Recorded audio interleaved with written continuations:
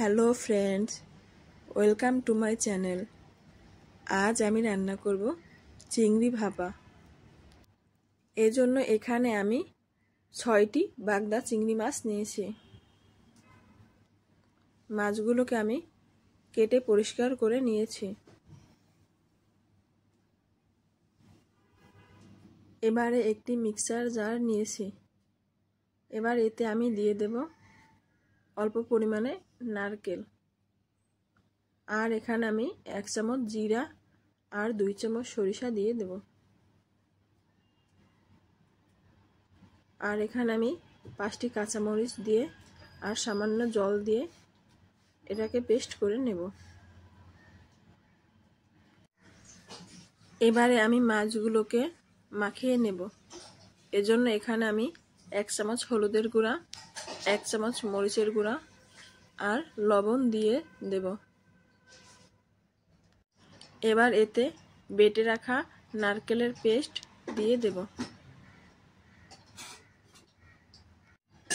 এবার এতে কিছুটা পরিমাণ সরিষার তেল দিয়ে ভালো করে মাখিয়ে নেব। মাছগুলো আমার মাখানো হয়ে গেছে।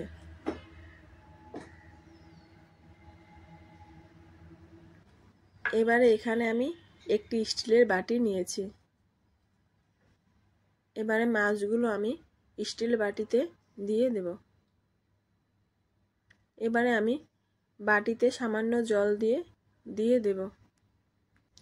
এবারে 2টি কাঁচামরিচ ভেঙে দিয়ে দেব। এবারে বাটির ঢাকনা লাগিয়ে দেব। এবারে ফ্রাই প্যানে আমি জল বসিয়ে দিয়েছি। এবারে এতে আমি বাটিটা দিয়ে দেব। এবারে একটি ঢাকনা দিয়ে ঢেকে রাখব।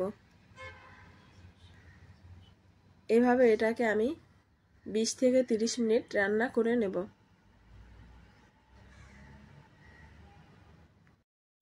20 মিনিট পর্যন্ত ভাপিয়ে নেওয়ার পরে এবার এটাকে আমি নামিয়ে নেব। তৈরি হয়ে গেল খুব সহজেই মজাদার চিংড়ি ভাপা রেসিপি।